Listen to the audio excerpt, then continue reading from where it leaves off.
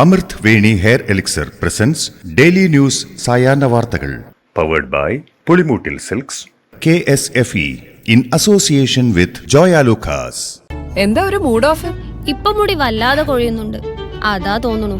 ഈസ്ട്രജന്റെയും vitamin ഡിയുടെയും കുറവാണ് മിക്ക സ്ത്രീകളുടെയും മുടി കൊഴിച്ചിലിന്റെ പ്രധാന കാരണം. അമൃത് Veni hair elixir for women സ്ത്രീകളുടെ മുടിയുടെ വളർച്ചയ്ക്കും ശക്തിക്കും അത്യാവശ്യമായ herbal ഈസ്ട്രജനാലും vitamin ഡിയാലും സമ്പുഷ്ടമാക്കിയതാണ് Amrit Veni hair elixir for women. നമസ്കാരം, ഞാൻ ഡേസി ബിജു. ഡെയിലി ന്യൂസിന്റെ സായന വാർത്തകളിലേക്ക് സ്വാഗതം. ഇന്ന് മെയ് 10 ശനിയാഴ്ച. ഓപ്പറേഷൻ സിന്ദൂറിൽ മസൂദ് അസറിന്റെ ബന്ധുക്കളടക്കം 5 കൊടും ഭീകരരും കൊല്ലപ്പെട്ടെന്ന സ്ഥിരീകരണവുമായി കേന്ദ്ര സർക്കാർ. മെയ് 7 ആക്രമണത്തിൽ ലഷ്കർ ഇ ത്വയ്ബ ജെയ്ഷെ തീവ്രവാദികളെ വധിച്ചതായാണ് റിപ്പോർട്ട്. കാണ്ഡഹാർ വിമാനറാഞ്ചൽ കേസിലെ പിടികിട്ടാപ്പുള്ളിയായ മുഹമ്മദ് യൂസുഫ് അസറാണ് കൊല്ലപ്പെട്ടവരിൽ ഒരാൾ. മൌലാന മസൂദ് അസറിന്റെ സഹോദരി ഭർത്താവാണ് മുഹമ്മദ് യൂസുഫ് അസർ. മൌലാന മസൂദ് അസറിന്റെ മറ്റൊരു സഹോദരിയുടെ ഭർത്താവ് ഹാഫിസ് മുഹമ്മദ് ജമീലും കൊല്ലപ്പെട്ടിട്ടുണ്ട്. കൊല്ലപ്പെട്ട ഭീകരരുടെയെല്ലാം സംസ്കാര ചടങ്ങുകൾ നടന്നത് പാക് സർക്കാരിന്റെ ബഹുമതികളോടെയാണ്.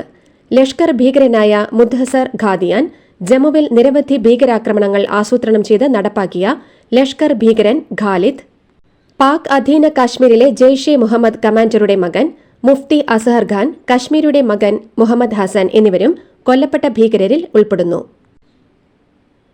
ഇന്ത്യക്കെതിരെ ആണവായുധം ഉപയോഗിക്കാനുള്ള സാധ്യത നിലവിലുണ്ടെങ്കിലും വളരെ വിദൂരമായ സാധ്യതയായി കണക്കാക്കണമെന്ന് പാകിസ്ഥാൻ പ്രതിരോധ മന്ത്രി ഖവാജ ആസിഫ് പറഞ്ഞു. ആണവായുധം ഉപയോഗിക്കുമോ എന്ന ചോദ്യത്തിന് മറുപടി നൽകുകയായിരുന്നു അദ്ദേഹം. സമീപകാല സാഹചര്യത്തിൽ നമ്മൾ അതിനെക്കുറിച്ച് ചർച്ച ചെയ്യുക പോലും ചെയ്യരുതെന്നും അത്രയും ഗുരുതരമായ സാഹചര്യത്തിലേക്ക് എത്തും മുൻപ് എല്ലാം പരിഹരിക്കപ്പെടുമെന്നാണ് വിചാരിക്കുന്നതെന്നും അദ്ദേഹം പറഞ്ഞു. നാഷണൽ കമാൻഡ് അതോറിറ്റിയുടെ ഒരു യോഗവും നടന്നിട്ടില്ലെന്നും അത്തരമൊരു യോഗം ഷെഡ്യൂൾ ചെയ്തിട്ടുമില്ലെന്നും അദ്ദേഹം കൂട്ടിച്ചേർത്തു. ഇന്ത്യ പാകിസ്ഥാൻ സംഘർഷത്തിൽ ഇടപെട്ട് America. US state secretary Marco Rubio ഇന്ത്യയുമായും പാകിസ്ഥാനുമായും സംസാരിച്ച് സംയമനം പാലിക്കണമെന്ന് ആവശ്യപ്പെട്ടു. ഇന്ത്യൻ വിദേശകാര്യമന്ത്രി S ജയശങ്കറുമായി US state secretary Marco Rubio സംസാരിച്ചു. പാക് സൈനിക മേധാവി അസീം മുനീറുമായുള്ള ഫോൺ സംഭാഷണത്തിന് ശേഷമാണ് മാർക്കോ റൂബിയോ വിദേശകാര്യമന്ത്രി S ജയശങ്കറിനെ ബന്ധപ്പെട്ടത്. ഇരു രാജ്യങ്ങളും ആക്രമണങ്ങളിൽ നിന്നും പിന്നോട്ടു പോകാനുള്ള നടപടികൾ സ്വീകരിക്കണമെന്ന് അമേരിക്ക ആവശ്യപ്പെട്ടതായാണ് വിവരം. ഇന്ത്യയും പാകിസ്ഥാനും ആശയവിനിമയം പുനഃസ്ഥാപിക്കണമെന്നും ഭാവിയിലെ തർക്കങ്ങൾ ഒഴിവാക്കുന്നതിനായി ചർച്ചകൾക്ക് സാധിക്കുമെന്നും ചർച്ചകൾക്ക് അമേരിക്ക പിന്തുണ നൽകുമെന്നും അദ്ദേഹം വ്യക്തമാക്കി. പാകിസ്ഥാന്റെ വ്യാജ പ്രചാരണങ്ങൾ അടിസ്ഥാനരഹിതമെന്ന് വിദേശകാര്യ സെക്രട്ടറി. ഇന്ത്യൻ വിദേശ പ്രതിരോധ മന്ത്രാലയം നടത്തിയ വാർത്താ സമ്മേളനത്തിലാണ് വിദേശകാര്യ സെക്രട്ടറി വിക്രം മിശ്രി ഇത്തരത്തിൽ പരാമർശിച്ചത്. വലിയ രീതിയിൽ വ്യാജ പ്രചാരണങ്ങൾ പാകിസ്ഥാൻ തുടരുകയാണെന്നും ഇന്ത്യൻ സൈനിക താവളങ്ങൾ ആക്രമിച്ച് തകർത്തുവെന്ന തരത്തിൽ പാക് മാധ്യമങ്ങളടക്കം പ്രചാരണം നടത്തുന്നുണ്ടെന്നും അദ്ദേഹം പറഞ്ഞു. ജനങ്ങളിൽ ഭിന്നിപ്പുണ്ടാക്കാനുള്ള ശ്രമങ്ങളും പാകിസ്ഥാന്റെ ഭാഗത്തുനിന്നും ഉണ്ടാകുന്നുവെന്നും കേണൽ സോഫിയ ഖുറേഷി, വിദേശകാര്യ സെക്രട്ടറി വിക്രം മിശ്രി, ഉന്നത സൈനിക ഉദ്യോഗസ്ഥയായ വിംഗ് കമാൻഡർ വ്യോമിക സിംഗ് എന്നിവർ ചേർന്ന് നടത്തിയ വാർത്താ സമ്മേളനത്തിൽ പറഞ്ഞു. പല ആയുധങ്ങൾ ഉപയോഗിച്ച് തുടർച്ചയായി പാകിസ്ഥാൻ ആക്രമണങ്ങൾ നടത്തിയെന്ന് കേണൽ സോഫിയ ഖുറേഷി. ശ്രീനഗർ, ഉദ്ധംപൂർ, പഠാൻകോട്ട്, ആദംകോട്ട് അടക്കം സൈനിക താവളങ്ങൾക്ക് നേരെ ആക്രമണം ഉണ്ടായി. കൃത്യമായി അതിന് ഇന്ത്യ തിരിച്ചടി നൽകിയെന്ന് കേണൽ സോഫിയ ഖുറേഷി വാർത്താസമ്മേളനത്തിൽ പറഞ്ഞു. ഇന്ത്യക്കെതിരെ ആക്രമണം തുടങ്ങിയെന്ന് പാകിസ്ഥാൻ, സൈന്യത്തിന്റെ അവകാശവാദം. ഓപ്പറേഷൻ ബുന്യാനുൽ മർസൂസ് എന്നാണ് പാകിസ്ഥാൻ ഇന്ത്യക്കെതിരായ ആക്രമണത്തിന് പേരിട്ടിരിക്കുന്നതെന്ന് റേഡിയോ പാകിസ്ഥാൻ അറിയിച്ചു. ശക്തമായ കോട്ട എന്നർത്ഥം വരുന്ന അറബി വാക്കാണ് ഇത്. പാകിസ്ഥാന്റെ സൈനിക വ്യോമ താവളങ്ങൾക്ക് നേരെ ഇന്ത്യ ശക്തമായ ആക്രമണം നടത്തിയതിന് പിന്നാലെയാണ് പാകിസ്ഥാൻ ആക്രമണം തുടങ്ങിയെന്ന് പ്രഖ്യാപിച്ചത്. ഗുജറാത്തിലെ കച്ച് ആദിപൂർ തോലാനി കോളേജിന് സമീപം ഒരു ഡ്രോൺ തകർന്നു വീണതായി വിവരം. ഇത് പാകിസ്ഥാന്റേതാണോ എന്ന സംശയമുയരുന്ന സാഹചര്യത്തിൽ ഇന്ത്യൻ സേന വിശദമായ പരിശോധന നടത്തിവരികയാണ്. രാവിലെ 8:45ഓടെയാണ് ഡ്രോൺ തകർന്നു വീണത്. പാകിസ്ഥാൻ ഗുജറാത്ത് അതിർത്തിയിൽ നിന്നും 150 കിലോമീറ്റർ ഉള്ളിലുള്ള പ്രദേശമാണ് ഇത്.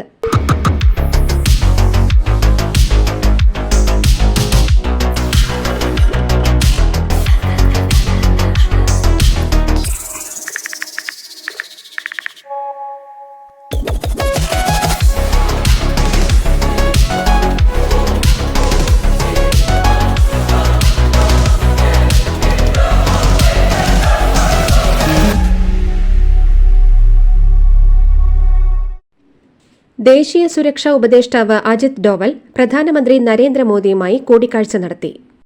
ഇന്നലെ രാത്രി ഇന്ത്യൻ അതിർത്തി പ്രദേശങ്ങളെയും ഇന്ത്യൻ സൈനിക മേഖലയും ലക്ഷ്യമിട്ട് പാകിസ്ഥാൻ നടത്തിയ ആക്രമണം, ഇന്ത്യയുടെ പ്രത്യാക്രമണം തുടങ്ങിയ വിവരങ്ങൾ ഡോവൽ പ്രധാനമന്ത്രിയോട് വിശദീകരിച്ചു.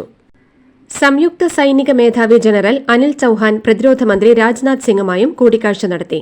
സുപ്രധാന നീക്കങ്ങളിലേക്ക് രാജ്യം കടന്നേക്കുമെന്നാണ് സൂചന. IMF പാകിസ്ഥാന് ധനസഹായം നൽകാൻ തീരുമാനിച്ചതിൽ കടുത്ത വിമർശനവുമായി ജമ്മു കാശ്മീർ മുഖ്യമന്ത്രി ഒമർ അബ്ദുള്ള. അന്താരാഷ്ട്ര നാണയനിധി പാകിസ്ഥാന് $1 ബില്യൺ വായ്പയായാണ് അനുവദിച്ചത്. പല പ്രദേശങ്ങളെയും തകർക്കാൻ അവർ ഉപയോഗിക്കുന്ന ആയുധങ്ങൾ വാങ്ങിയതിനുള്ള പണം തിരിച്ചടയ്ക്കാനായാണ് ഇത് ഉപയോഗിക്കപ്പെടുകയെന്ന് ഒമർ പറഞ്ഞു. ഇന്ത്യ പാക് സംഘർഷം രൂക്ഷമാക്കരുതെന്നും ആക്രമണങ്ങൾ അവസാനിപ്പിച്ച് സംയമനം പാലിക്കണമെന്നും ആഹ്വാനം ചെയ്ത് ചൈനീസ് വിദേശകാര്യ മന്ത്രാലയം പ്രസ്താവന പുറത്തിറക്കി. ഇന്ത്യയ്ക്കും പാകിസ്ഥാനുമിടയിൽ നിലവിലുള്ള സ്ഥിതിഗതികൾ സൂക്ഷ്മമായി നിരീക്ഷിക്കുകയാണെന്നും പ്രശ്നങ്ങൾ രാഷ്ട്രീയ ചർച്ചകളിലൂടെ പരിഹരിക്കണമെന്നും ചൈന ആവശ്യപ്പെട്ടു. ഗുജറാത്തിലെ പാക് അതിർത്തിയോട് ചേർന്നുള്ള മുഴുവൻ സൈനിക കേന്ദ്രങ്ങൾക്കും അതീവ സുരക്ഷ ഏർപ്പെടുത്തി സൈന്യം. ഇത്തരം കേന്ദ്രങ്ങൾക്ക് 2 കിലോമീറ്റർ ചുറ്റളവിലുള്ള മുഴുവൻ വാഹനങ്ങളും മാറ്റിയിരിക്കുകയാണ്. പൊതുജനങ്ങൾ ഈ പ്രദേശത്തുകൂടി യാത്ര ചെയ്യരുതെന്ന പ്രത്യേക നിർദ്ദേശവും നൽകിയിട്ടുണ്ട്. പഞ്ചാബിലും സംഘർഷ സാധ്യത നിലനിൽക്കുന്നതിനാൽ പഞ്ചാബ് ഭരണകൂടം ജനങ്ങൾക്ക് പ്രത്യേക നിർദ്ദേശങ്ങൾ നൽകി. ആളുകൾ കൂട്ടം കൂടരുത്, കൂട്ടം കൂടി പുറത്തിറങ്ങരുത്, മാളുകൾ പോലുള്ള ഇടങ്ങളിലെ സന്ദർശനം ഒഴിവാക്കണം തുടങ്ങിയ നിർദ്ദേശങ്ങളാണ് നൽകിയിരിക്കുന്നത്. ഗുർദാസ്പൂരിൽ പാക് സ്ഫോടക വസ്തു പതിച്ച് നിലം കുഴിഞ്ഞുപോയി എന്ന വിവരവും പുറത്തുവന്നിട്ടുണ്ട്. മൊഹാലിയിലും ജനങ്ങൾക്ക് ജാഗ്രതാ നിർദ്ദേശം നൽകി ജില്ലാ കളക്ടർ.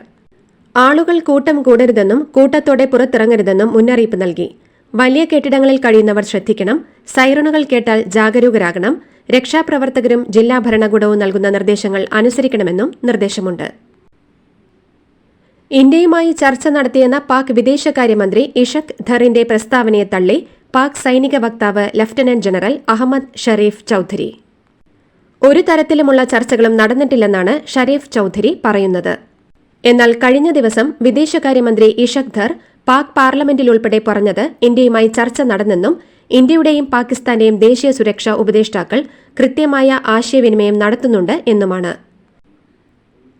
മദ്രസകളിൽ പഠിക്കുന്ന വിദ്യാർത്ഥികൾ രാജ്യത്തിന്റെ രണ്ടാമത്തെ പ്രതിരോധ നിരയാണെന്ന് പാകിസ്ഥാൻ പ്രതിരോധ മന്ത്രി ഖവാജ ആസിഫ്. ഇന്ത്യയും പാകിസ്ഥാനും തമ്മിലുള്ള സൈനിക സംഘർഷം വർദ്ധിക്കുന്നതിനിടെ പാകിസ്ഥാൻ പാർലമെന്റിൽ സംസാരിക്കുകയായിരുന്നു പ്രതിരോധ മന്ത്രി.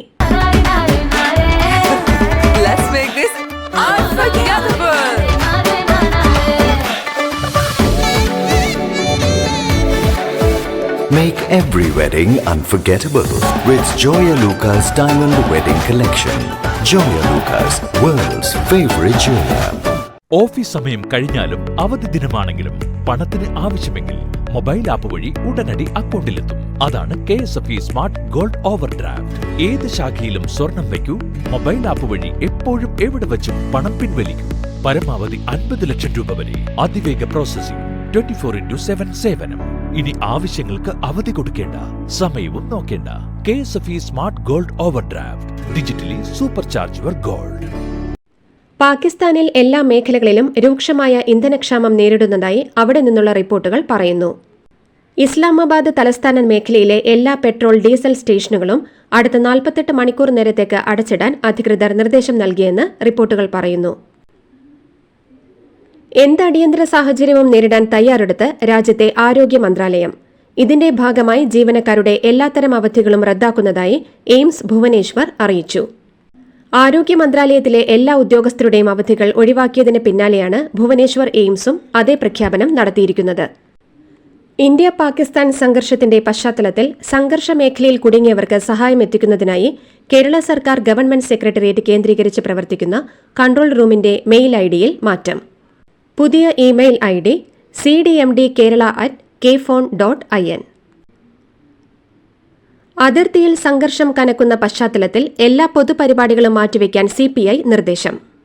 മണ്ഡലം ലോക്കൽ സമ്മേളനങ്ങൾ പ്രതിനിധി സമ്മേളനം മാത്രമായേ നടത്താവൂ എന്നും അവയോടനുബന്ധിച്ച് പ്ലാൻ ചെയ്ത പ്രകടനങ്ങളും പൊതുസമ്മേളനങ്ങളും മാറ്റിവെക്കണമെന്നും പാർട്ടി ഘടകങ്ങൾക്ക് CPI സ്റ്റേറ്റ് കൌൺസിൽ നിർദ്ദേശം നൽകി. ഓപ്പറേഷൻ സിന്ദൂറിന്റെ പശ്ചാത്തലത്തിൽ സംഘർഷബാധിതമായ അതിർത്തി സംസ്ഥാനങ്ങളിലെ യൂണിവേഴ്സിറ്റികളിൽ നിന്നും കേരളത്തിലേക്ക് മടങ്ങുന്ന വിദ്യാർത്ഥികൾ ഡൽഹി കേരള ഹൌസിലെത്തി. ജമ്മു, രാജസ്ഥാൻ, പഞ്ചാബ് എന്നിവിടങ്ങളിലെ വിവിധ കേന്ദ്ര സംസ്ഥാന യൂണിവേഴ്സിറ്റികളിൽ നിന്നായി ഇന്നലെ രാത്രിയോടെയും ഇന്ന് പുലർച്ചെയുമായി 75ഓളം വിദ്യാർത്ഥികളാണ് കേരള ഹൌസിൽ എത്തിയത്. ഇന്ത്യയ്ക്ക് 16 ലക്ഷം സൈനികരുണ്ടെന്നും തങ്ങളുടേത് വെറും 6 ലക്ഷം മാത്രമേയുള്ളൂ എന്ന വീഡിയോയുമായി പാകിസ്ഥാന്റെ മുൻ എയർ മാർഷൽ മസൂദ് അക്തർ. എത്ര യുദ്ധം നടത്തിയാലും നമ്മൾ രക്ഷപ്പെടില്ല എന്നാണ് വീഡിയോയിൽ പറയുന്നത്. നമ്മുടെ നേതൃത്വത്തിന്റെ ജോലി ഭാവിയിലേക്ക് നോക്കുക എന്നതാണെന്നും വീഡിയോയിൽ പറയുന്നു. ഇന്ത്യ പാകിസ്ഥാൻ സംഘർഷത്തെ തുടർന്ന് IPL താൽക്കാലികമായി നിർത്തിവച്ചതോടെ ടൂർണമെന്റിലെ ശേഷിക്കുന്ന മത്സരങ്ങൾ നടത്താൻ സന്നദ്ധത അറിയിച്ച് England and Wales cricket board.